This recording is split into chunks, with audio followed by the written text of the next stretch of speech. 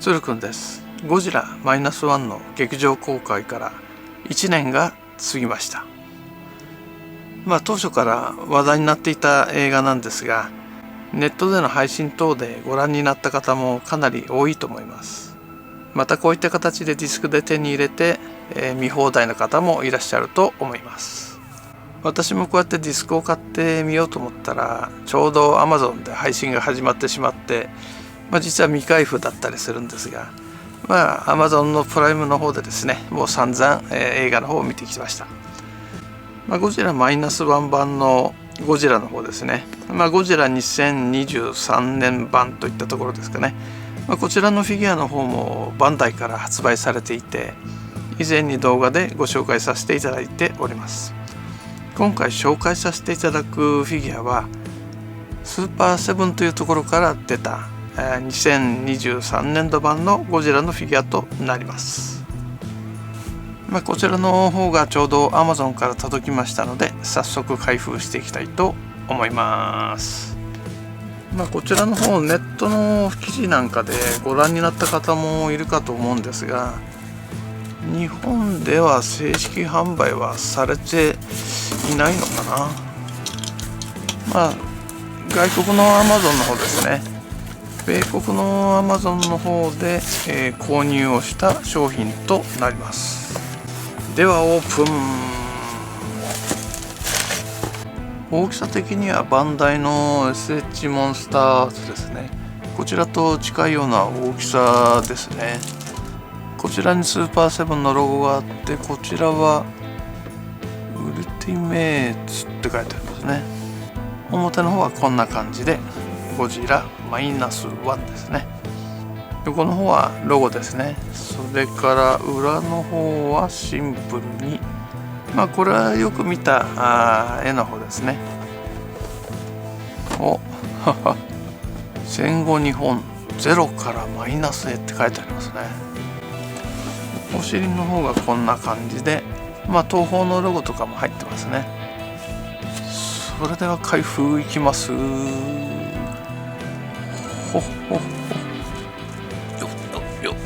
はい。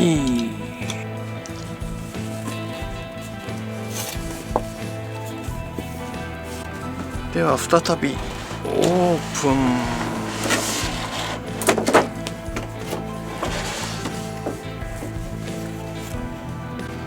箱の中もなんかこうおどろおどろしいような絵が描いてありますね。顔が差し替え式になってますね。本体はあれですね、ワイヤーで固定されてますね。こちらが尻尾の方になりますね。尻尾の根元に球体関節があって、ここをはめ込むようになっているようです。尻尾もワイヤーで固定されてますね。このパッケージの頭からヒレが飛び出てて非常に取りづらいです。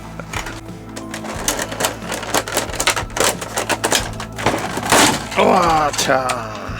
ー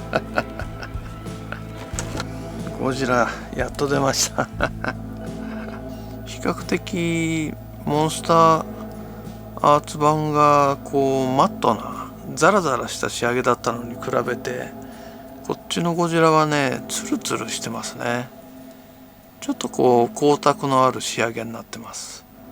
この尻尾の付け根がすごいですねこの太さがよくわかりますよ。尻尾の方がこんな感じで別パーツになっています。さすがに全部の関節が動くというわけじゃなくて、2つに1つっていう感じで2つ飛びで関節がついてますね。この関節がうまくはまるといいんですけどね。おっつあった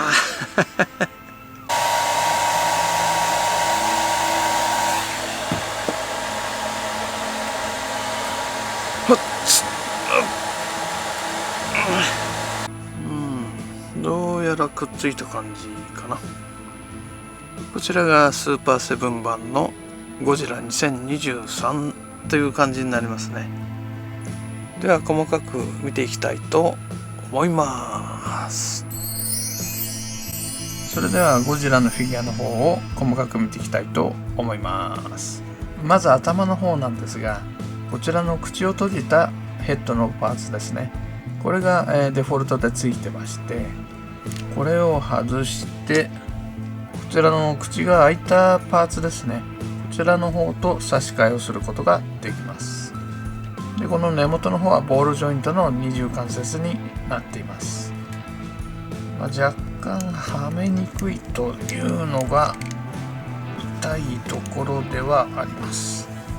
関節の方は頭の後ろと首の根元の方に関節があって、それぞれ球体関節で動くようになっているようですね。ただし可動範囲はそれほど大きくはないようです。腕の方はですね、肩と肘と手首ですね、この3箇所に関節が設けてあります。肩の方は前後動はしない感じですね。手首も曲がるんですが結構硬めで正直あんま動かん感じもします。肘の方はなかなかよく動く感じかな。90度ぐらいまでは肘を曲げることが可能になってますね。肩の付け根の関節がこんな感じになってますので、こんな感じで肩を上げ下げすることができます。それから胸の部分が可動して前後、あと左右ですね、それから回転が若干できるような感じになっています。この胸の部分が若干緩めな感じがしますね。それと可動範囲が結構でかくて左右にガンガン振ることができるんですよね。ただ思いっきり振った時に、ここら辺が不自然に出てしまうっていうのはありますね。可動範囲自体はすごくいっぱい動く感じです。お腹の部分には特に関節はなくて、足の方は前後動とあと開脚が少しできるようになってますね。から膝の前後動ですね、足首の方の前後動ですね。それから左右へひねることができます。それから尻尾の方ですが、付け根の方に本体との接続部があって、そこが球体関節になってますんで、この部分で若干動くのと、あと関節が1つ2つ3つ4つ5つ、ここも若干は動くみたいですね。ただし関節が多い割には中央の部分が比較的多く動くんですけど、あとはあんまり正直動かない感じかな。本体の方の関節はだいたいこんな感じですかね。顔の方なんですが、映画を見た方はわかると思うんですが、この左目下の傷がない状態に見えますね。歯の方もちゃんと塗装がしてあって、こちらの口を開いた顔の方もちゃんと舌とかですね、そういったものが再現されているのがわかります。あと目は塗装になってるのかな。結構細かく塗装がされていますね。こんな感じで結構可動範囲も多いので、動かして遊ぶというのは、結構できると思います。せっかくなのでバンダイの SH モンスターアーツ版のゴジラと少し比較をしてみたいと思います。以前バンダイから SH モンスターアーツとして発売されたゴジラのフィギュアですね。それがこちらになります。大きさの割には可動箇所が非常に多くて、またディティールも細かいということで、かなりよくできたフィギュアとなっていました。で今回のスーパーセブンさんのフィギュアと比べるとドドーンといった感じで、実は結構大きさが違うんですね。頭2つぐらい大きさの差がありますね。可動箇所に関してはこちらのモンスターアーツ版の方が多いんですが、ディテールに関しては、両方ともですね、かなり細かくできていて、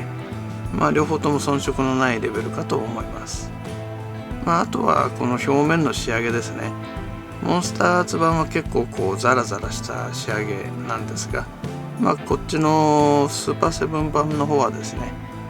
少しこうツルツルしたような表現になっていますね。スーパーセブン版の方はこうツルツルしているので、海を渡っているようなゴジラという感じなんですかね。こっちはもう埃をかぶった地上に出てきたゴジラというようなイメージなんですかね。そこまで考えてはいないと思いますが、表面の仕上げについてはかなりこう違ってきているという感じです。モンスターアーツ版で気になっていたのが、首がこう1、2の3段階で稼働するようになってるんですが、どうしてもですね、この2段目の首のところがちょっとこう襟巻きっぽく見えてですね、若干気になってたんですが、こちらのスーパーセブン版の方はですね、可動箇所が少ない分ですね、この部分と頭の部分、2段階の可動箇所なんですが、その分ですね、こう不自然なつなぎ目が出てきていないという感じですね。背びれの形状とはほぼ同じとなっていて、尻尾の長さとか太さ的なものはほぼ変わらないんじゃないかと思います。あと太もものこういうへこみとかですね、そういったものは両方うまく再現されていますね。つま先に関してはモンスターアーツ版はこうつま先ごとに稼働したりするんですが、さすがにスーパーセブン版はつま先が一体化していて、ここには動くということはありません。足の裏なんかもほぼ同じになってますね。後ろ姿はこんな感じですね。やっぱり大きさの差が結構出てますね。モンスターアーツ版の背びれは結構硬くてですね、カチカチなんですが、こちらスーパーセブン版はですね、少し曲げることができるような、軟質系になってますね。そういう意味では荒く扱っても折れたりはしないと思うので、こっちの方が遊びやすいかもしれません。尻尾の方は両方ともよく動くといった感じですね。可動派の人はモンスターアーツ、ディティール派の人はスーパーセブンといったところですかね。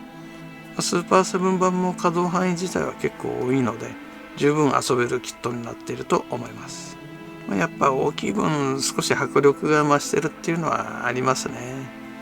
両方ともなかなか入手が困難になっているようなキットではありますが、もし手に入れる機会がありましたらですね、ぜひ手に入れて、遊んでみたらと思います。では今回の動画は以上となりますので、また次回の動画でお会いいたしましょう。